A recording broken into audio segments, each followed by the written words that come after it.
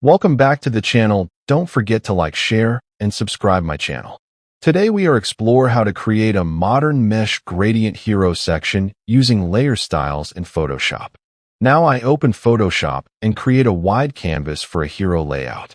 First I draw a large rounded rectangle using the custom shape tool.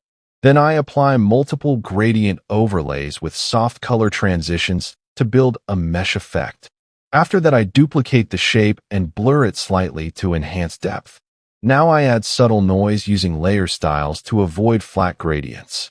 Next, I apply inner glow softly to keep edges clean. Then I refine color balance so gradients blend naturally. After this, I adjust opacity layers for smooth transitions. Finally, I zoom out and polish the hero section.